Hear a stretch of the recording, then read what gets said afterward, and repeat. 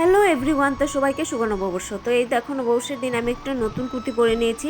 আর নববর্ষের দিন আমার বর বলছিল যে চলো বাইরে গিয়ে লাঞ্চ করি, তো আমি বললাম ঠিক আছে চলো। তো এই দেখো আমরা গাড়িতে উঠে পড়েছি।